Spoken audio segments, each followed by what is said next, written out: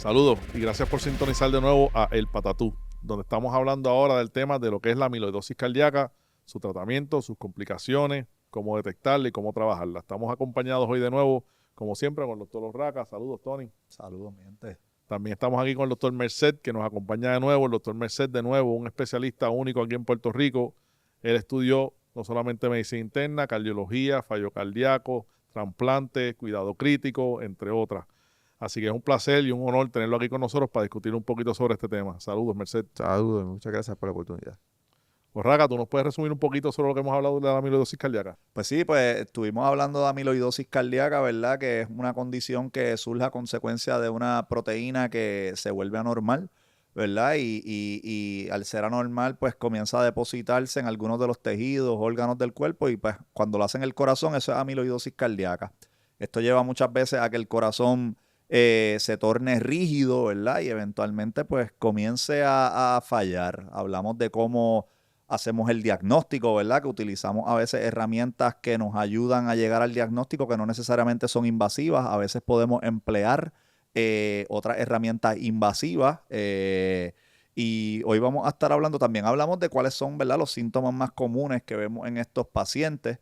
Y hoy vamos a estar hablando un poquito de las complicaciones y el tratamiento de la condición, porque afortunadamente desde hace no muchísimo tiempo para acá, pues tenemos un tratamiento para esta condición que nos hemos estado dando cuenta de que cada día pues la encontramos con más frecuencia. Merced, ¿nos puedes hablar un poquito de las complicaciones asociadas a esta condición? ¿Cuál me dirías que es la complicación más común o cuáles son? Pues mira, básicamente cuando esta proteína se deposita en el corazón, una de las complicaciones más importantes obviamente es fallo cardíaco o insuficiencia cardíaca.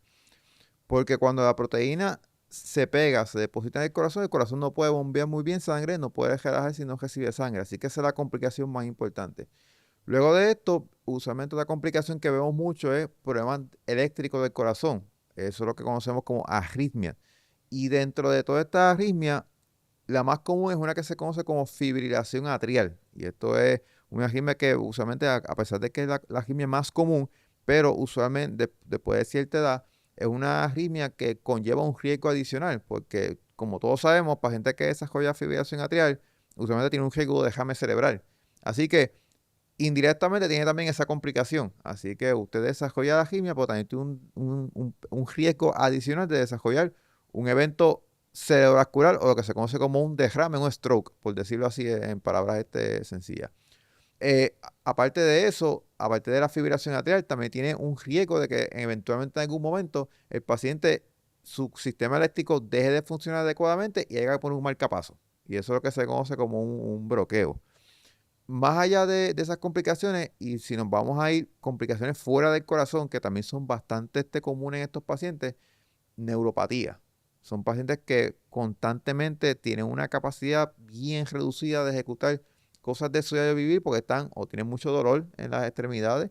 Pacientes tienen muchos síntomas neurológicos, entiéndase muchos calambres, mucha sensación de hormigueo, o lo que conocemos como parestesia, o simplemente que el paciente tiene una sensación extraña en su piel. Eso es característico de la amiloidosis. Al igual que también esta proteína se deposita en la columna vertebral y al depositarse en la columna vertebral puede causar dolor de espalda o lo que se conoce como decimos por ahí, tiene un nervio pinchado. Y eso usualmente también la amiloidosis lo puede causar. Todos estos problemas llevan al paciente a que verdaderamente desde distintas formas se vea limitado, ¿verdad? Sí. Por síntomas que son bien, ¿verdad? Variados. Sí, y usualmente muchas veces cuando el paciente llega a nuestras clínicas, a nuestras oficinas, si nosotros vamos a ver el tipo de síntomas que el paciente refiere, no es tanto algo relacionado a cardíaco, sino que el paciente lo que le va a decir es, mire doctor, ya yo no puedo hacer las cosas que hacía antes. Yo me siento ya inútil, me siento ya incapacitado. Y usualmente ese es el síntoma que usualmente La queja más. la queja más común y es el síntoma que más limita a nuestro paciente. Así que es bien importante nosotros obviamente tener en mente esas complicaciones de la amiloidosis. Y de hecho, en algunos casos puede afectar hasta lo que es el aspecto mental del paciente. Hay un mayor riesgo de demencia, hay un mayor riesgo, como mencionamos anteriormente, de derrames cerebrales. Así que es una enfermedad que abarca muchos sistemas. Una pregunta, Mercedes. ¿Es más común en hombres, mujeres? ¿Hay alguna predilección por alguno Pues, de los...? Pues mira, si vamos a ver en general, en realidad, el riesgo es más o menos igual. Ok. No hay tanto una predisposición, pero es más o menos igual. Así que en términos de distribución por sexo, entre féminas o masculinos, en realidad más o menos igual. Otra preguntita, una vez esta condición surge, ¿verdad? No sé si tengas una contestación, pero una vez esta proteína comienza a depositarse en el corazón, pasa mucho tiempo antes de que los pacientes empiecen a manifestar los síntomas. Pues mira, si vamos a, como habíamos, vamos a mencionar, hay distintos tipos de amiloides. Y Ajá, usualmente, la más común que es la TTR, usualmente es una enfermedad que tiene un curso un poquito más largo. O sea, ¿por qué? ok. Porque la proteína sí se deposita en el corazón, pero no causa un daño inmediato. Así que muchas veces cuando nosotros vemos estos pacientes o se nos refieren a la clínica, usualmente ya está en un estadio bastante avanzado porque pasó un montón de tiempo desde que el paciente comenzó a desarrollar la proteína hasta que desarrolló los síntomas. No obstante, y de hecho, y es una de las cosas más importantes cuando nosotros evaluamos a estos pacientes, es que hay un tipo de amiloide que es más agresivo. Y esa es la que conocemos como la amiloide de cadena fina. Y esa amiloide específicamente, esa proteína, no es que nosotros nacimos con el gen para producirla, es que simplemente hay un problema en nuestra médula ósea que está produciendo esa proteína sin control. Y esa proteína sí es tóxica para el corazón y usualmente el pronóstico de los pacientes y obviamente el tiempo en donde el paciente comienza a desarrollar los síntomas es bastante rápido. Estamos hablando de que ese paciente, si no se hace el diagnóstico certero, es una expectativa de vida de 6 meses. O sea que ese paciente desde que comienza a desarrollar la proteína hasta que llega a desarrollar los síntomas, su expectativa de vida es 6 meses si no lo hacemos a tiempo y si no le damos el tratamiento O sea que adecuado. por decirlo así, entre los distintos tipos de amiloidosis hay unos que son más agresivos que otros. Correcto, son más agresivos y conllevan un riesgo de muerte mucho más alto. Y por eso es que muchas veces cuando nosotros vemos al paciente y hacemos la evaluación inicial, nosotros sí vamos a tratar de identificar la amiloide más común, pero a la misma vez estamos tratando de descartar ese tipo de amiloide, porque ese tipo de amiloide no hay mucho tiempo para nosotros ejecutar un tipo de tratamiento. ¿Tiene insuficiencia cardíaca con síntomas sin resolver? Puede ser hora de ver el panorama completo. Insuficiencia cardíaca y síntomas que parecen no estar relacionados, como el síndrome del túnel carpiano, dificultad para respirar y latidos irregulares pudieran ser algo más grave, conocido como ATTRCM, una enfermedad rara, diagnosticada menos de lo que ocurre y que empeora con el tiempo. ¿Le suena familiar? Llame a su cardiólogo y pregunte sobre ATTRCM. Bueno, yo creo que es bastante importante mencionar que tener un buen equipo de médicos es bien importante porque Ujú, mucha gente tiene neuropatía, Ujú. le dan sus medicamentos para la neuropatía y lo dejan ahí. ujú, Su dolor de espalda, ¿quién no tiene dolor de espalda en Ujú. algún momento dado? Y si no se chequea, pues no se trabaja. Realmente no es que nosotros como cardiólogos vamos a hacer una prueba dirigida a esta condición y tiene que venir a vernos por si tiene amiloidosis o no. Ujú. Es que realmente si usted tiene un síntoma de cualquier tipo que pudiera presentarse en las cosas que hemos discutido, debería checarse con un cardiólogo para evaluar cualquiera de estas condiciones. Este tipo de tema como tal, si surgiera una duda, si pudieses tenerlo, si lo vemos en su electrocardiograma, en su sonorama del corazón, vamos poniendo todas las piezas juntas y podemos determinar, quizá tenga esta condición. Así que, ¿cuál es el tratamiento y cómo impacta a estos pacientes con esta condición? Pues básicamente, como habíamos mencionado, es una enfermedad rara. Y como muy bien traíste, usualmente ser una enfermedad rara implica que no hay muchas alternativas de tratamiento. Y ahí es que viene el famoso término de las drogas huérfanas, porque son drogas que están diseñadas para tratar enfermedades que son extremadamente raras. Pues, tengo que empezar otra vez. A ver, poner este mute aquí. Tranquilo. Vamos para allá. Ok, Droga huérfana. sí, ok. Ok. Del principio de la contestación, ¿no? Sí, ok. Pues en términos de tratamiento, es bien importante, como habías traído inicialmente, usualmente es una enfermedad rara.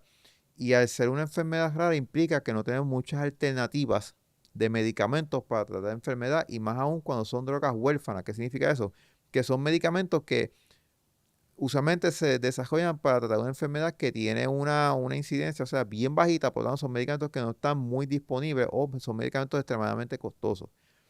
Cuando nosotros hablamos de la amiloidosis TTR, que usualmente es la que más vemos, sí hay unas alternativas de tratamiento. No obstante, los tratamientos que tenemos ahora mismo están diseñados para prevenir de que se sigan depositando más proteínas.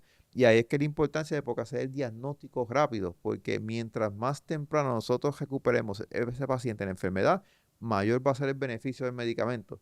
Ya usualmente si nosotros recuperamos a ese paciente en una fase donde ya la enfermedad está ya casi esté bien avanzada o bien terminal, posiblemente el beneficio del medicamento no sea tan bueno.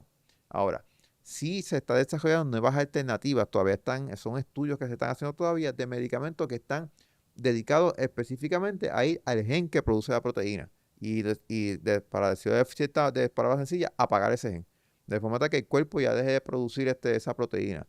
Y también se está tratando de desarrollar sustancias o medicamentos que vayan directamente a la proteína que ya se depositó, tratar de hacer que esa proteína se salga de fuera del órgano. Pues esos son todavía medicamentos que están en fase de investigación. Ahora lo que sí tenemos disponible es un medicamento que evita que se siga depositando en el corazón. Pero todo depende de qué tan rápido nosotros identifiquemos esa condición. O sea, que el medicamento básicamente lo que hay ahora, lo que previene es que la proteína se siga depositando. Correcto. Así que uno quiere identificar la condición rápido para enlentecer, ¿verdad? El depósito de esta proteína y cogerlo lo más rápido posible, porque si ya el daño está, pues el beneficio de la medicina va a ser mínimo. Ese medicamento del que hablas, ¿verdad? Comentarlo de drogas huérfanas, es un medicamento de fácil acceso, me imagino que es costoso. ¿Puedes indagar un poquito de eso? ¿Es bien tolerado por los pacientes? Pues mira, cuando hablamos de la pregunta que siempre el paciente va a tener cuando nosotros le ofrecemos cualquier tipo de medicamento son los efectos adversos. Claro. Porque usualmente, y de hecho nosotros como médicos no queremos causarle más daño al paciente del que ya tiene su enfermedad. Y usualmente este medicamento es un medicamento que el perfil de efectos adversos es mínimo. De hecho, yo diría casi nulo, no causa nada. Pero es un medicamento de difícil acceso, porque al ser una droga huérfana, es un medicamento que es altamente costoso porque obviamente las compañías que desarrollan y obviamente hacen las investigaciones invirtieron un montón de capital y ellos tienen que tratar de recuperar. Así que es costoso, pero no es imposible. Y usualmente nosotros cuando vamos a referir al paciente a este tipo de terapia, nosotros vamos a someter toda la evidencia que tenemos para que ese paciente obtenga ese medicamento, que es un poquito difícil, sí, pero no es imposible. Y sí se lo podemos ofrecer. ¿Tiene insuficiencia cardíaca y sufre de síntomas que no desaparecen? La insuficiencia cardíaca y otros síntomas como síndrome del túnel carpiano, dificultad para respirar, latido irregular y dolor lumbar podrían tratarse de algo más grave llamado ATTR-CM, una enfermedad rara, diagnosticada menos de lo que ocurre y que empeora con el tiempo, por lo que es importante reconocer las señales. ¿Les suena familiar? Llame a su cardiólogo y pregúntele sobre ATTR-CM. Estos pacientes mencionaste que dentro de sus complicaciones desarrollan fallo cardíaco, fibrilación atrial, ¿verdad? Que son temas que hemos tocado aquí o vamos a tocar. En este paciente, el fallo cardíaco, la fibrilación atrial, ¿se maneja de forma similar? Sí, usualmente cuando vamos a, por ejemplo, fibrilación atrial, todo paciente con amiloidosis cardíaca que desarrolla fibrilación atrial hay que anticoagularlo. ¿Por qué? Porque están a mayor riesgo de desarrollar derrame cerebral, independientemente de cualquier otro factor de riesgo. Por ejemplo, ya sea el paciente hipertenso, si es un paciente diabético, haya tenido un historial de derrame, independientemente de eso, hay que anticoagularlo.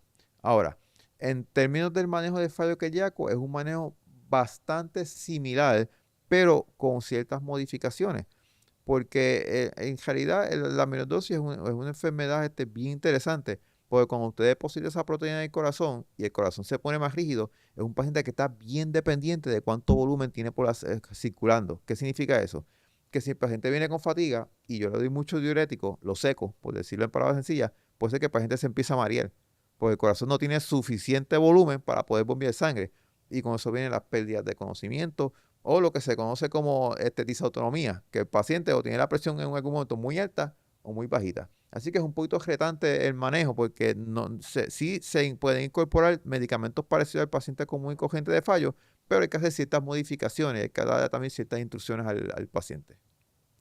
Bueno, pues muchas gracias, Merced. Hemos aprendido mucho el día de hoy. Esto es una condición que ha cogido mucho auge. Van a estar escuchando mucho sobre ella en los próximos días. Realmente es importante reiterar, hay que chequearse, hay que evaluarse. Hemos hablado aquí de fibrilación atrial, de necesidad de marcapasos, de fallo cardíaco. O sea, esto incluye un paso más allá de un diagnóstico inicial.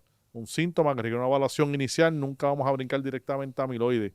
Así que es algo que es importante que estén chequeando rutinariamente y controlando sus otras condiciones, porque no solamente tenemos un chance de desarrollar esto, sino que muchas más otras condiciones que seguiremos cubriendo. Gracias siempre por sintonizarnos, seguimos aprendiendo, educándonos. Gracias al Dr. Merced, gracias a Luis, como siempre. Y recuerden siempre darnos like and share y buscarnos en sus plataformas digitales favoritas de ver o escuchar podcast. Siempre estamos ahí pendientes. Gracias. Este episodio ha sido traído a ustedes gracias a...